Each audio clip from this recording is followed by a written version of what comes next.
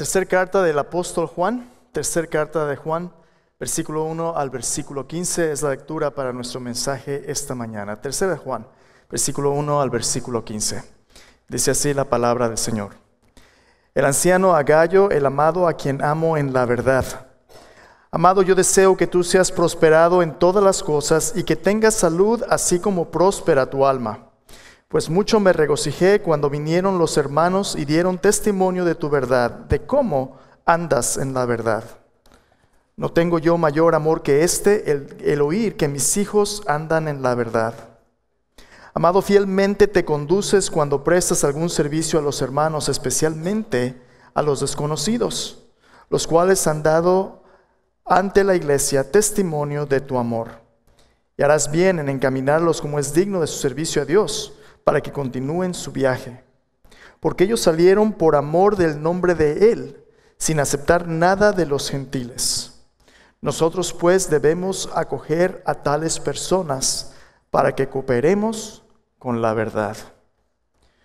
Yo he escrito a la iglesia, pero Diótrefes, al cual le gusta tener el primer lugar entre ellos, no nos recibe. Por esta causa, si yo fuere, recordaré las obras que hace parloteando con palabras malignas contra nosotros. Y no contento con estas cosas, no recibe a los hermanos, y a los que quieren recibirlos se los prohíbe y los expulsa de la iglesia. Amado, no imites lo malo, sino lo bueno. El que hace lo bueno es de Dios. El que hace lo malo no ha visto a Dios.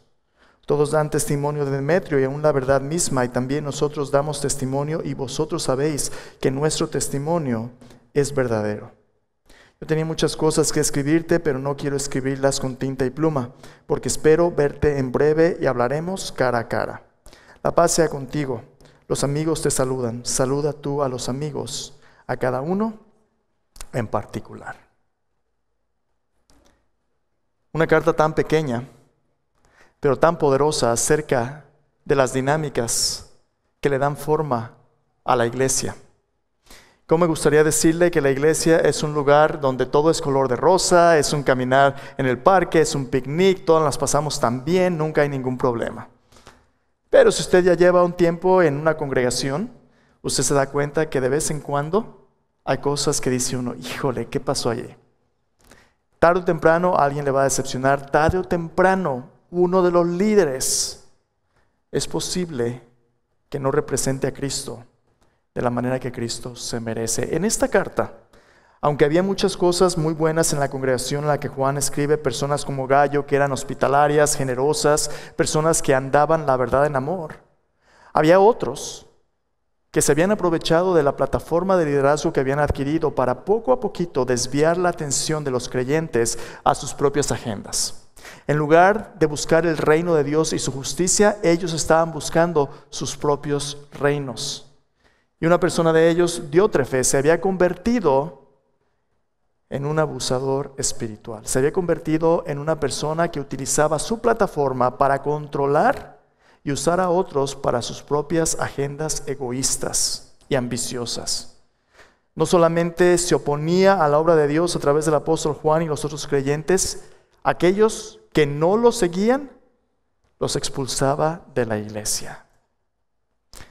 Si usted alguna vez ha sido víctima de abuso, usted entiende qué difícil es sentirse impotente, sentirse lastimado, sentirse solo, cuando otros se aprovechan de usted. Muchos de nosotros en Latinoamérica crecimos en hogares donde el abuso doméstico era algo común, donde el padre, o a veces la madre, menos común, pero sucede, el padre o la madre tenían muchos problemas y ahogaban sus problemas en el alcohol o las drogas.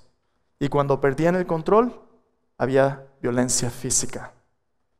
Si usted creció en un hogar donde usted vio a su padre lastimar a su madre, los moretes, la impotencia, el dolor, el silencio.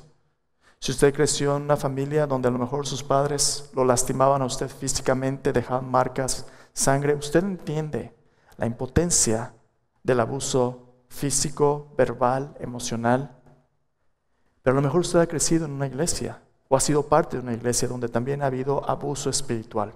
donde aquellos en autoridad se aprovechan de los miembros de una iglesia para sacarles dinero, o emocionalmente, o para hacerlos sentir culpables, o para aislarlos de la comunión del cuerpo de Cristo. Si usted ha sido una víctima de abuso, usted entiende la importancia de este mensaje hoy. Permítanme presentarle a una pareja que ya a lo mejor conoce, pero de todas maneras, por si no los conoce, Monique y James Eric. Monique y James sirven en nuestra iglesia. James es nuestro coordinador de misiones y Monique sirve con él en un ministerio que se llama Bible-Based Heart Healing.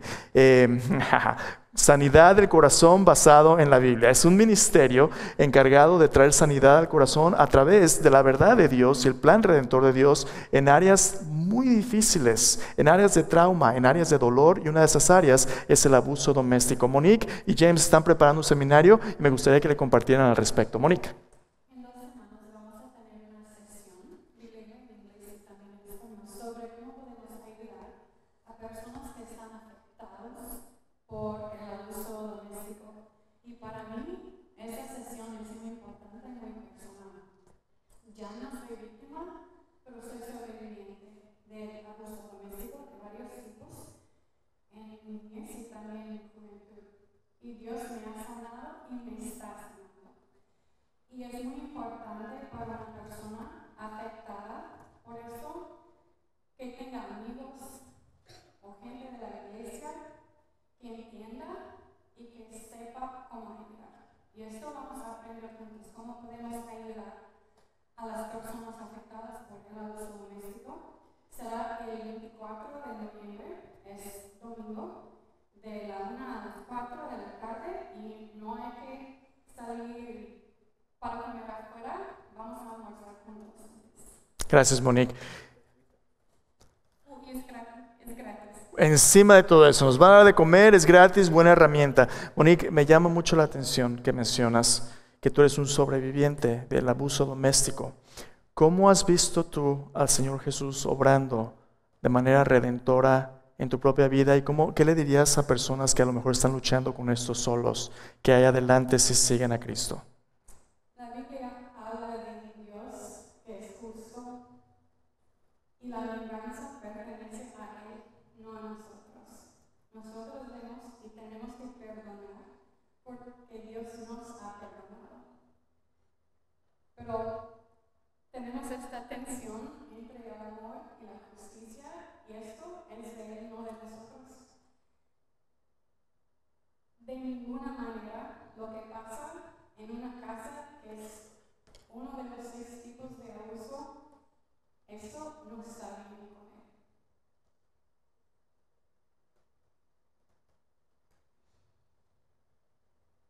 Y durante mucho tiempo el Señor me ha acompañado por el proceso de sanar. Fue difícil, pero valió la pena. La Biblia dice que siempre está con nosotros y que podemos confiar en Él. Gracias, Monique. Muchas gracias. James, muchas gracias. Hermanos, no sé usted, pero las heridas que a veces llevamos en el corazón cuando somos o crecemos en un contexto donde hay abuso doméstico, o a lo mejor usted es alguien que lleva la culpa de a lo mejor en algún tiempo haber sido un abusador y todavía lucha con ciertas cosas, independientemente de si usted pecó o pecaron en contra suya. El Señor es un Dios de redención. El Señor es un Dios que no quiere que ninguno perezca, sino que todos procedan al arrepentimiento. Y el mensaje hermoso del Evangelio es que la redención significa que Dios ha pagado el precio para poder rescatarnos y restaurarnos, el precio de su Hijo Jesús. Pero no significa que como una comunidad debemos ser pasivos o permitir el abuso en nuestras vidas o en la iglesia. Tercera de Juan es una carta pequeñita, pero una carta donde Juan mismo como apóstol se pone enfrente de esta persona que está tratando de destruir la iglesia, haciendo de la iglesia su propio reino, y dice, eso no se puede tolerar en la iglesia. Usted y yo hemos sido llamados a no ser vencidos de lo malo, sino vencer el mal con el bien de Dios. Cuando somos personas pasivas, cuando permitimos el abuso en nuestras familias o en la iglesia, sea espiritual, emocional, físico, sexual, somos cómplices de estas situaciones. Dios nos ha llamado a vivir caminando la verdad en amor, hablando la verdad en amor, ambos, y es importante que podamos distinguir el verdadero liderazgo espiritual de aquellos que son lobos vestidos de ovejas y resistirles para no permitir que el resto del cuerpo de Cristo sufra. Eso es lo que Juan está haciendo. Si vamos a ser una comunidad de verdad y amor, discernir esa tensión, es importante que sepamos cómo se ve el liderazgo espiritual corrupto. Así que precisamente de esto vamos a hablar el día de hoy. La pregunta es, versículo 8 al 15, ¿cuáles son las marcas del liderazgo cristiano corrupto en la iglesia local que los creyentes fieles deben resistir y confrontar? En la iglesia, todos nosotros somos hermanos y hermanas. Cristo es la cabeza de la iglesia y nadie está por encima de Cristo, de su palabra. El Espíritu Santo vive en cada uno de los que han puesto su fe en Jesús como Señor y Salvador, y somos el cuerpo de Cristo. Como pastores, como siervos, como líderes en la iglesia, simplemente somos llamados a servir y a guiar al rebaño, no a señorear sobre el rebaño. ¿Cómo reconocemos las marcas de un liderazgo corrupto? Bueno, gracias a Dios, en unos cuantos versículos Juan nos da el testimonio de este hombre Diótrefes, que está aprovechándose de su plataforma para hacer su propia voluntad, y nos da ciertas marcas de su carácter y comportamiento que usted y yo tenemos que observar y tenemos que utilizar para discernir si alguien está sirviendo al Señor o siguiendo sus propias agendas. 3 marcas de un liderazgo corrupto le quiero compartir hoy. Vamos a ver que los creyentes fieles en la iglesia local deben resistir y confrontar a los líderes que muestran estas marcas de corrupción. La primera de ellas es esta: líderes que utilizan su plataforma para propósitos egoístas y de autopromoción. Mire lo que Juan dice en el versículo 9 de nuevo. Dice, yo he escrito a la iglesia. Esta carta no es la primera vez que Juan tiene esta confrontación con este personaje. Dice, yo he escrito a la iglesia, pero Diótrefes, al cual le gusta tener el primer lugar entre ellos, no nos recibe.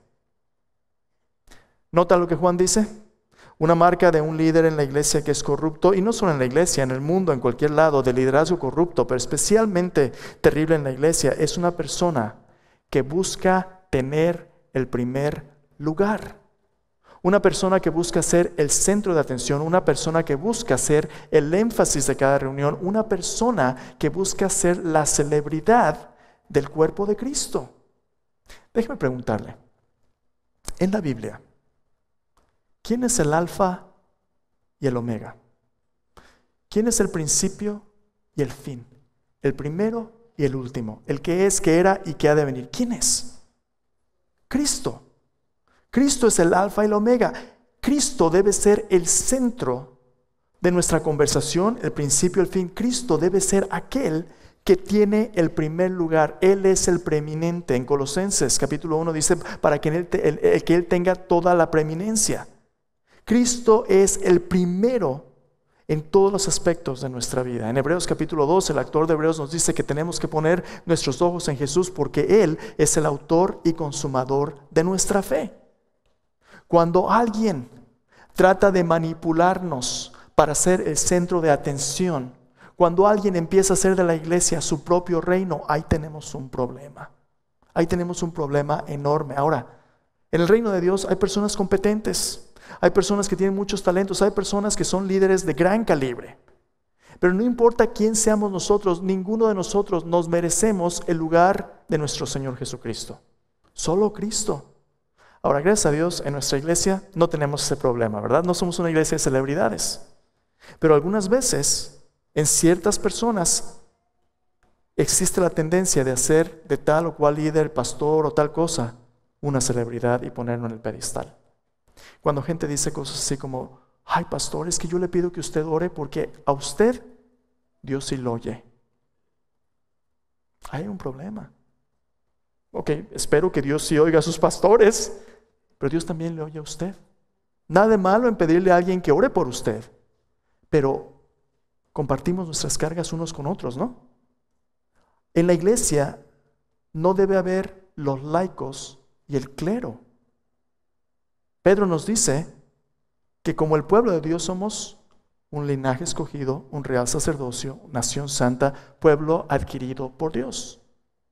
Yo crecí en una tradición donde gente con sotanas negras eran los únicos que eran sacerdotes, tenían acceso a Dios. El resto de nosotros teníamos que acercarnos a través de este mediador, a través de todo tipo de cosas. Pero mira, la Biblia dice que existe solamente un Dios y un solo mediador entre Dios y los hombres. ¿Quién es ese mediador?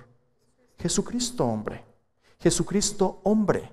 Él es el único mediador que nos da acceso al Padre. Juan 14:6, Jesús mismo lo dijo.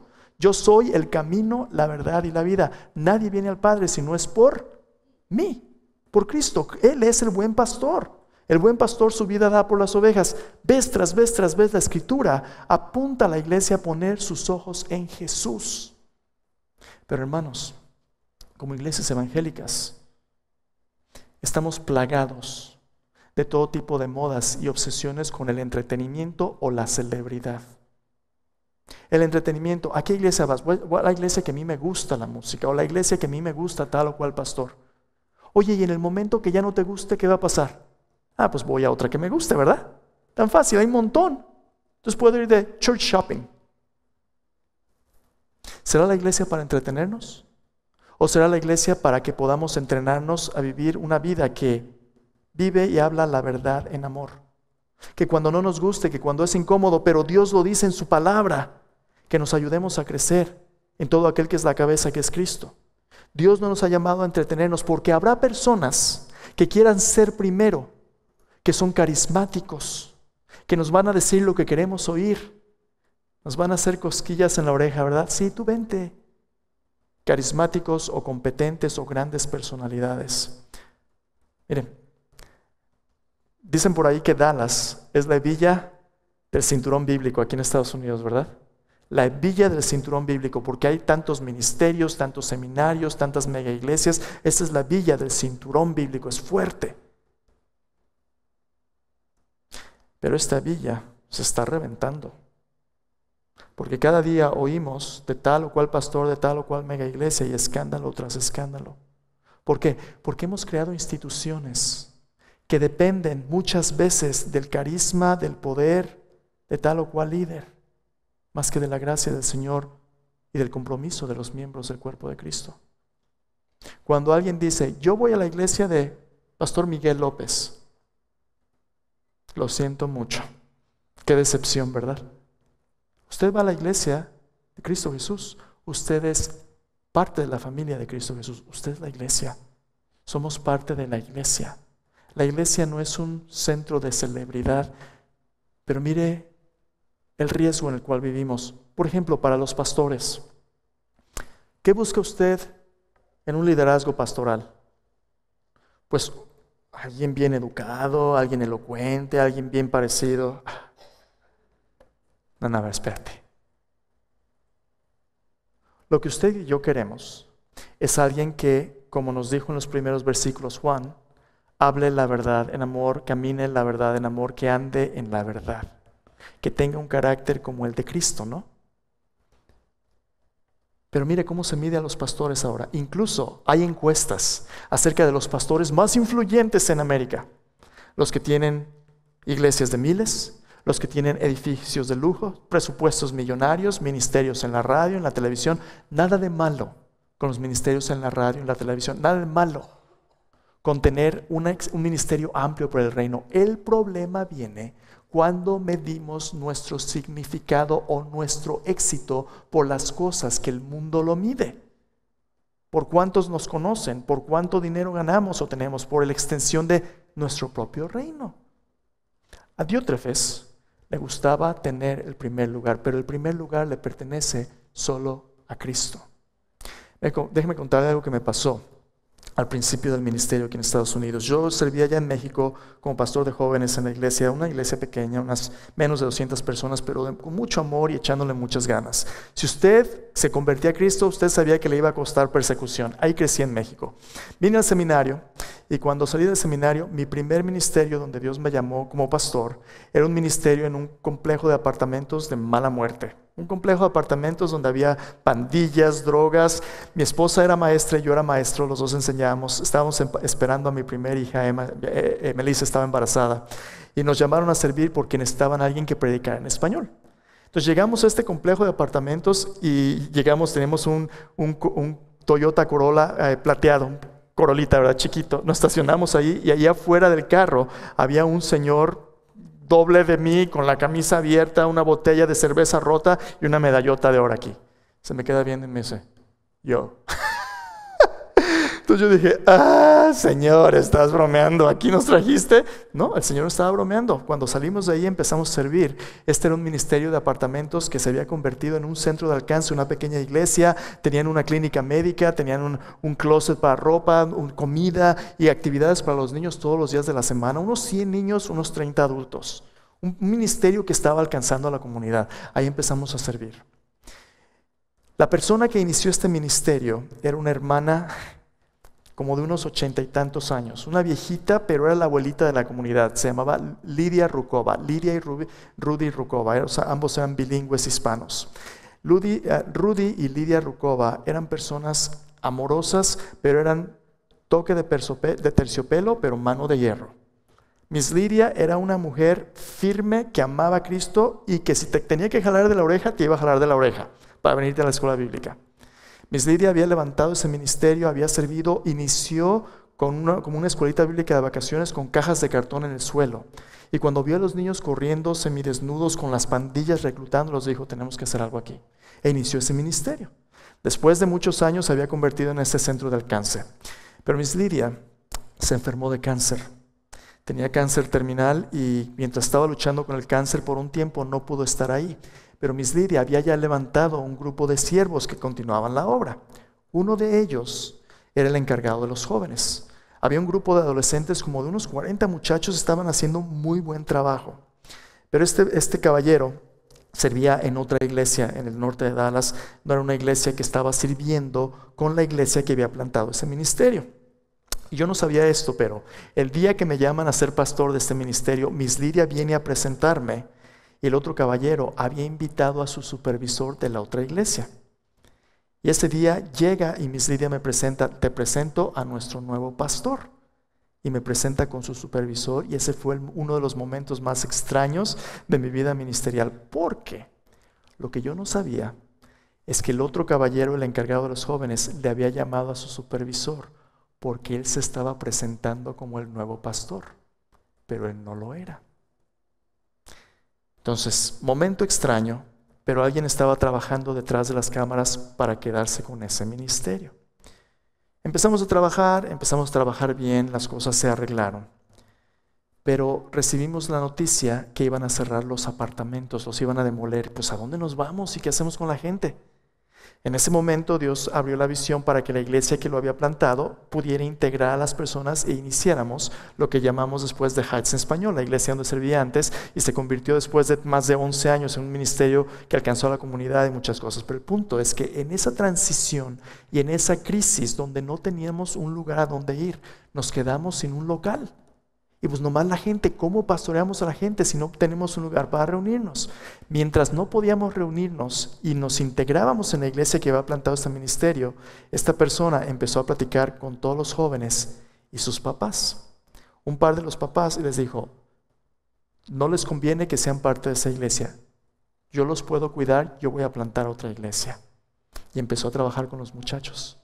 Se empezaron a reunir en la casa de uno de los papás. Y cuando yo me di cuenta, dije, ¿qué está pasando aquí? Entonces yo le llamé y le dije, ¿sabes qué? Esto no lo puedes hacer. Las familias ponen su confianza en nuestra iglesia para ministrar a sus hijos y yo no sé qué le estás enseñando ni qué estás haciendo allí. Y me dijo, mira Miguel, nosotros ya no vamos a trabajar juntos. Este es el trabajo de tantos años de mi parte y yo voy a ser su pastor. Y ¿sabes qué? Pues eso no es lo que Dios nos ha llamado a hacer. Yo voy a venir a la reunión de jóvenes hoy. Me dice, ni te molestes. Porque si tú vienes a la reunión de jóvenes, yo ya hablé con los papás y les voy a pedir que te corran. Problemón. Cuando a alguien le gusta tener el primer lugar y no necesariamente buscar el reino de Cristo, las cosas se vuelven bastante tensas en la iglesia. Esa fue mi primer prueba ministerial aquí. ¿Qué voy a hacer? Por la gracia de Dios, le hablé a Miss Lidia. Miss Lidia me contesta, me dice como el apóstol Juan, Miguel, no te preocupes, Dios está en control. Yo voy a venir contigo a la reunión. Fui a recogerla, nos fuimos en mi carro, llegamos. Me vio llegar porque estaba en un segundo piso, subí las escaleras. Está a punto de correrme y atrás de mí viene Miss Lidia. Y este caballero ve a Miss Lidia y, Miss Lidia, yo pensé que, dice, tú no pensaste nada. Pasa Miss Lidia enfrente de mí, empieza a darle besos a los muchachos, nos sentamos, oramos por los muchachos y les decimos, a partir de la próxima semana vamos a reunirnos en tal lugar, espero verlos ahí. Miss Lidia dice, espero verlos allá. A los papás les dice, allá los veo también, ¿verdad? Sí, Miss Lidia, ¿cómo no? Si Miss Lidia no hubiera estado allí, pues ¿quién soy yo, verdad? Hermanos, en el cuerpo de Cristo va a haber personas que ven a los demás como un instrumento de sus propios propósitos y ambiciones egoístas y que solamente quieren las multitudes para seguir su agenda. Cristo es primero en la iglesia. No los deseos egoístas, no querer formar grupos. Cristo Jesús. Cuando seguimos a Cristo, buenos líderes son buenos seguidores. Diótrefes tenía una agenda donde él era primero, y ahí hay un gran problema. ¿Se acuerda usted de Absalón en el Antiguo Testamento? Absalón y David. Absalón era hijo de David. Absalón se ponía junto al camino, y cuando la gente iba a Jerusalén a consultar al rey David para juicio y justicia, el rey David estaba ocupado, y Absalón se acercaba y le decía, oh, el rey está muy ocupado, pero yo estoy aquí. ¿Quién me pusiera a mí para ayudarte? Y cuando la persona se inclinaba a darle reverencia a Absalón decía, no, levántate, eres mi hermano. Le daba un beso, le daba algo y lo mandaba. Oh, se robaba el corazón del pueblo. Cuando alguien quiere robarse el corazón de la iglesia para que no le pertenezca a Cristo, ahí hay un problema. Y muchas veces nosotros, hermanos, ponemos preferencias o personalidades en nuestras vidas como prioridad en la iglesia en lugar de Cristo Jesús. Si hay alguien que quiere ser primero y reemplazar a Cristo, ahí hay un problema. Número 2, dice, los líderes corruptos no reconocen la sabiduría y autoridad colectiva de otros líderes en el cuerpo de Cristo. Mira lo que dice otra vez en el versículo 9. Yo he escrito a la iglesia, pero Diótrefes, al que le gusta el tener el primer lugar entre ellos, no nos recibe. No nos recibe. Y no solamente no lo recibe, dice, pero por esta causa si yo fuere, recordaré las obras que hace parloteando con palabras malignas. Personas que quieren ser primero son personas que poco a poquito muestran un espíritu que nadie les puede enseñar nada. Son personas que no reconocen el valor colectivo del cuerpo de Cristo y de la pluralidad del liderazgo. En esta iglesia tenemos varios pastores. Yo no soy el único pastor. Tenemos varios pastores, tenemos un cuerpo de diáconos, tenemos un montón de siervos y líderes en un montón de ministerios. Esta no es mi iglesia y yo no soy el jefe. ¿Quién es el jefe? Cristo. Y el Señor Jesús dijo que el que quiere ser primero va a ser el último. Pero si alguien se hace el siervo de todos y el último, Dios exalta a los humildes y resiste a los soberbios. Cuando tú buscas tu preeminencia, cuando tú ignoras el consejo, la enseñanza, la exhortación, la autoridad de otros, la autoridad de Cristo a través de su pueblo, y tú pretendes ser el único que tiene autoridad, ahí hay un problema. Ahí hay un gran problema. Dice, no nos recibe, no hace espacio para otros. Hermanos, el cuerpo de Cristo ha sido plagado por todo tipo de sectarismo, de nominacionalismo, por todo tipo de una tentación de que iglesias se conviertan en iglesias de celebridad. Pero ¿cómo le vamos a mostrar al cuerpo de Cristo que somos uno? Mira, hace unos años cuando el Señor nos llamó a servir aquí, empezamos a hablar de integración, empezamos a hablar de ser una iglesia para toda nación y toda generación. Había un caballero aquí que servía, que dijo, no, a mí no me interesa eso. Nosotros somos una iglesia hispana y nada más eso vamos a hacer. Nos quieren sacar de aquí, nos quieren despedir, nos quieren quitar nuestro edificio. Hermanos, la iglesia no es hispana, ni anglo, ni afroamericana. La iglesia es el cuerpo de Cristo. Es para toda nación, toda generación. Esa es la gran comisión, ¿no? Ir y hacer discípulos, todas las naciones. bautizándolos en el nombre del Padre, del Hijo y del Espíritu Santo, enseñándoles que guarden todas las cosas que os he mandado. Y aquí yo estoy con vosotros todos los días hasta el fin del mundo. Pero es que a mí no me gusta, yo no hablo inglés, y esos cantos no me ministran, y los güeros y otro tipo de nombres, ¿verdad? Yo he oído en el cuerpo de Cristo gente diciéndole a nuestros hermanos anglos, los bolillos. ¿Qué significa eso, hermanos? ¿Qué significa eso de los bolillos? O a lo mejor es para los que también llaman los pochos, ¿verdad? Los bolillos son más tostaditos de afuera, pero por dentro se sienten blancos. Aguas. Todo ese tipo de estereotipos, todo ese tipo de nombres despectivos, son contrarios al espíritu de unidad del cuerpo de Cristo.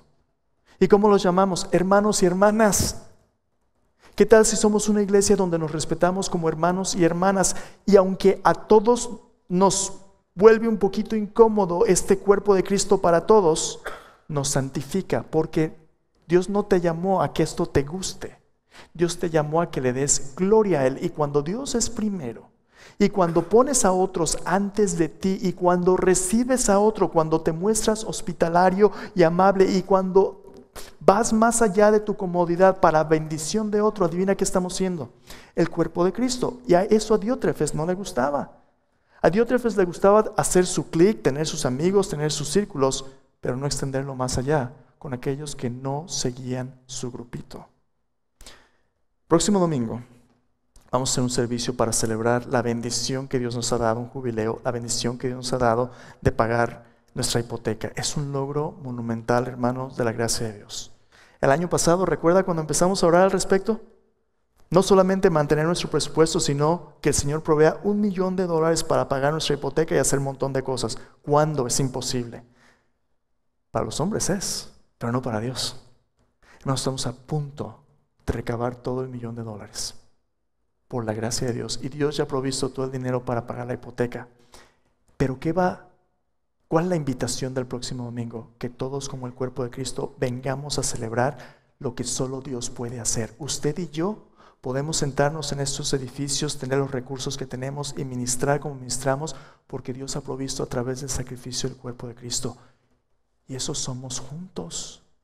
El próximo domingo, al final del servicio, le voy a dar más instrucciones. Tenemos un servicio preparado de manera especial, no para unos, no para otros, sino para todos. ¿Y qué va a hacer ese servicio? Como el servicio anterior. A todos nos va a incomodar un poquito, pero nos va a santificar un cuanto más. Nos va a ayudar a venir juntos como iglesia y ver lo que solo Dios puede hacer. Diótrefes era una persona que le gustaba tener el primer lugar, pero quería quedarse solo con aquellos que estaban completamente de acuerdo con él. Solo su autoridad contaba. No solamente eso. Personas corruptas aprovechan su influencia para calumniar y oponerse a los que están en desacuerdo con ellos. Mira el versículo 10 al 12. Dice: por esta causa, si yo fuere, recordaré las obras que hace, parloteando con palabras malignas contra nosotros, y no contento con estas cosas, no recibe a los hermanos, y a los que quieren recibirlos se los prohíbe y los expulsa de la iglesia. Qué tristeza me da decirle que algunas veces reuniones en la iglesia que deberían de darle gloria a Dios se vuelven más bien en oportunidades de pleito. Usted ha visto las bromas, ha oído las bromas sobre la iglesia bautista, ¿verdad?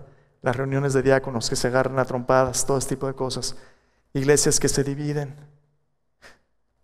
Hace muchos años, hermanos, esta iglesia, Duncanville First Baptist Church, era una iglesia con recursos en un suburbio de personas que estaban más o menos creciendo económicamente. Era una iglesia que construyó estos edificios cuando la economía aquí estaba muy bien. Una iglesia política, que su pastor tenía que decir en la comunidad políticamente. Uno de los pastores de aquí de la iglesia una vez lo balacearon. Pero una iglesia que hace más o menos 30 años se dividió por todas esas cosas. Una iglesia que el pastor anterior por 23 años pastoreó para hacerla unida, humilde, amable. Pero una iglesia que si no tenemos cuidado y nos volvemos enfocados en nosotros y orgullosos, pudiera regresar a lo que nos destruyó. ¿Y cuáles son las tácticas de estos abusadores espirituales? Dicen, parloteando palabras malignas contra otros. Hermanos, me da tristeza a veces ver lo que nuestras redes sociales a veces ponemos, o las cosas que remandamos. A veces incluso maldiciones en nuestra propia medios sociales. Cuando un cristiano, acabamos de pasar una semana difícil con las elecciones, ¿verdad? Y cuando un cristiano, incluso predicadores desde los púlpitos están criticando a otro predicador cristiano porque votó o de tal o cual manera. Hermanos, ¿cuál es nuestra agenda? ¿Cristo? ¿Su reino? Quien ganó, ganó. Si usted está celebrando, Dios lo bendiga. Si usted está en luto, que Dios le ayude. Pero nosotros predicamos a Cristo crucificado. Para los gentiles esto es una locura. Para los judíos es un tropezadero, pero para nosotros que creemos, Cristo es poder de Dios y sabiduría de Dios. Cristo es nuestro mensaje. Y algunas veces o la política o las agendas personales dividen a la iglesia, incluso ahora a los pastores. Cuando lo que debería de ser es que la palabra de Dios, no las personalidades, no las agendas personales, es lo que nos une. Diótrefes era una persona que cuando alguien no estaba de acuerdo con él, hablaba mal de ellos. Algunos podrían ser chismes, otros podrían ser públicamente. Juan ya lo había confrontado. Mire cómo dice, parloteando palabras malignas. De vez en cuando, hermanos, me mandan clips de pastores y sus opiniones políticas. El otro día me eché uno de 2 minutos, donde alguien está hablando de por qué usted tiene que votar por tal o cual partido. No mencionó al Señor Jesús una sola vez o versículo bíblico. Pero mencionó desde el púlpito, hermanos. ¿Cuándo fue el nombre de Jesús no suficiente? ¿Cuándo es la palabra de Dios no suficiente para darnos de qué hablar? Que tenemos que andarle pidiendo a la agenda al mundo. La palabra de Dios es suficiente. Cristo sigue siendo el único nombre sobre todo nombre. No hay salvación en ningún otro nombre. No hay un nombre dado a los hombres bajo el cielo en que podamos ser salvos más que su nombre. Entonces, cuando usted ve a personas que quieren llamar la atención en sí mismos, ser primero. Cuando usted ve a personas que nadie les puede enseñar nada porque ellos todo lo saben. Todo lo saben. Ellos son buenos para decirles a otro, Dios me dijo que te diga. Cuando hay gente que quiere ser jefes. Cuando hay gente que empieza a polarizar y excluir, no, tú ya no vengas, no vienes a mi grupo, tú ya no eres parte de, mucho cuidado. Déjame leerte un pasaje más. 1 Pedro capítulo 5. Habla del estándar que Dios tiene para aquellos que sirven como siervos y líderes en la iglesia. 1 Pedro 5, versículo 1. Escucha lo que Pedro dice. Dice, ruego a los ancianos que están entre vosotros, yo anciano también con ellos, testigo de los padecimientos de Cristo, que soy también participante de la gloria que será revelada. Apacentad la grey de Dios que está entre vosotros, cuidando de ella no por fuerza, sino voluntariamente, no por ganancia deshonesta, sino con ánimo pronto, no como teniendo señorío sobre los que están a vuestro cuidado, sino siendo ejemplos de la grey. ¿Te fijas? No como jefes, sino como siervos. Cuando aparezca el príncipe de los pastores, vosotros recibiréis la corona incorruptible de gloria. Igualmente, jóvenes, estad sujetos a los ancianos, todos sumisos a unos a otros, y revestidos de humildad, porque Dios resiste a los soberbios y da gracia a los humildes. Entonces, ahí está, hermanos. ¿Cuál es la marca más evidente de un liderazgo corrupto? El orgullo. Cuando un líder es orgulloso, vanidoso y se trata de mí, yo, y luego yo, y al último yo, hay un problema.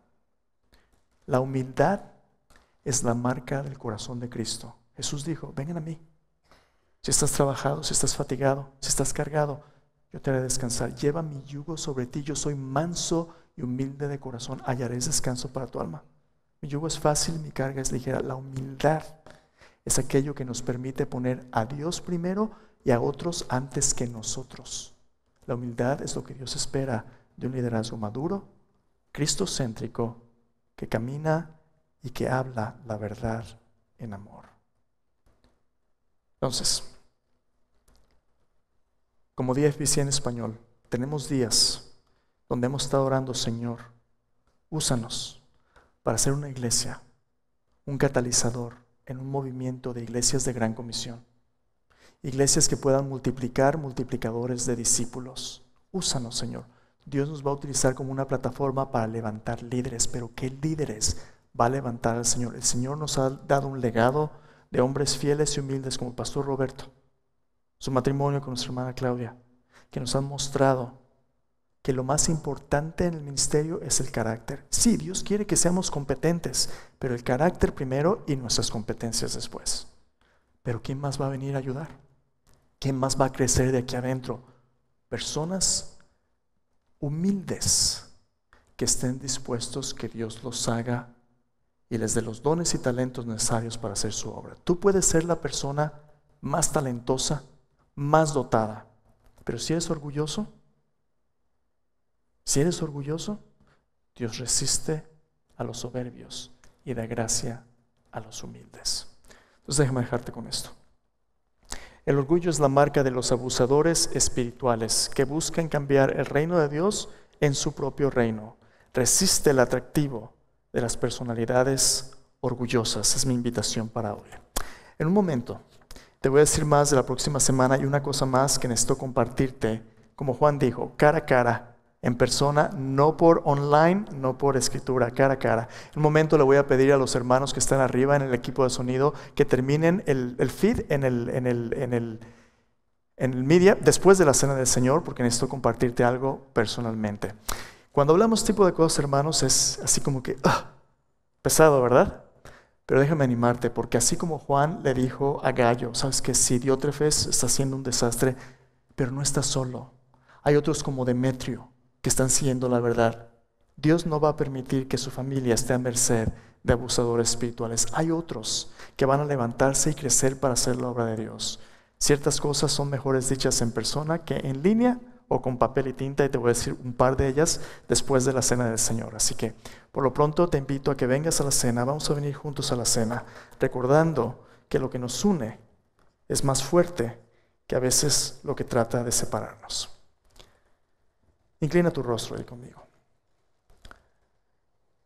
Al venir a la cena del Señor, Dios nos invita, antes de participar, a reflexionar y a examinarnos a nosotros mismos. Cada uno debe examinarse a sí mismo y comer del pan y de la copa, estando en comunión con Dios. Si tienes algún pecado que confesar, un pecado personal, un pecado que has cometido en contra de alguien más, este es el momento para confesarlo. Si has puesto a alguien en tu corazón primero antes que Cristo, si tus prioridades son que las cosas te gusten más que la obediencia al Señor en su palabra, si tú a lo mejor has sido alguien que has chismeado o has calumniado a alguien que te cae mal, es el momento de arrepentirse. Pero si tú en tu corazón quieres servir al Señor y tú sientes que el Señor te está llamando, que el Señor te está llamando a decirle como Isaías dijo, Señor, heme aquí, envíame a mí. Posiblemente tú eres uno como Gallo o Demetrio, donde Dios da testimonio de tu buena vida y Dios quiere que te levantes como un líder en su cuerpo, para que los Diótrefes no tengan la oportunidad de llevar esto a donde Dios no quiera. Dile, Señor, heme aquí, envíame a mí. Él te va a decir cómo, Él te va a decir cuándo, pero tráele tu corazón y deja que Él te use para la gloria de Dios. Padre bendito, gracias por dejarnos venir a la mesa. Aquí en la mesa, Señor, reconocemos que no hay nada que hagamos o tengamos que no provenga de ti, nada bueno, Señor. Señor, toda buena dádiva, todo don perfecto desciende de ti. Y Señor, al venir a esta mesa reconocemos, habiendo escuchado tu palabra, que no podemos hacer esto solos, Señor. Señor, te necesitamos. Y humildemente te rogamos que Cristo Jesús, una vez más representado en este pan y esta copa, su sacrificio en la cruz, su sepultura, su resurrección, sea lo que nos nutra para vivir una vida que te agrade a ti y le dé honra solamente a ti, Señor. Así que venimos a ti por medio de Cristo, rogando que por tu Espíritu nos fortalezca, Señor, y nos permitas seguirte a ti. En el día en que el Señor Jesús fue entregado, después de haber dado gracias, tomó el pan. Habiendo dado gracias, lo partió, lo dio a sus discípulos, diciendo, tomad, comed, esto es mi cuerpo, que por vosotros es dado. Tomando la copa, les dijo, esta copa es el nuevo pacto en mi sangre, para el perdón de los pecados. Bebed de ella todos. Cada vez que tú comes de este pan y bebes de esta copa, anuncias la muerte del Señor hasta que Él venga. Puestos los ojos en Jesús, el autor y consumador de nuestra fe. Si tú has puesto tu fe en Jesús como tu Salvador, te invito a participar del pan y de la copa juntos.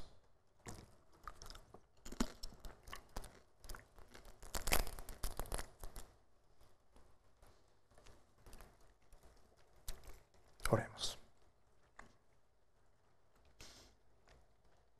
Este tiempo es un tiempo también donde dedicamos nuestras ofrendas, nuestros diezmos al Señor. Si tú en respuesta y en adoración al Señor por lo que Él te ha provisto, te ha dicho, te ha dado, quieres ofrendar, quieres dar, vamos a dar gracias por la provisión del Señor. Señor, te damos gracias por tu provisión en este ministerio. Gracias, Señor, que cada día nuestra existencia, nuestra vida depende de ti, Señor. Cada respirar, cada pensamiento, cada día que vivimos, Señor, es por tu gracia. Y yo te agradezco por el dador alegre, Señor. Te ruego que bendigas los diezmos y ofrendas, que sean usados para tu reino, para tu gloria, para que muchos te conozcan y te adoren, Señor. Señor, que seamos como iglesia conocidos solamente como personas, Señor, que exaltan el nombre de Jesús. Padre, que tú recibas gloria por medio de tu Hijo. Padre, que las personas de esta iglesia, Señor, humildes y sencillas, se regocijen en darte gloria a ti. Así que gracias por las ofrendas y diezmos. Nos entregamos a ti. En el nombre de Jesús, Señor.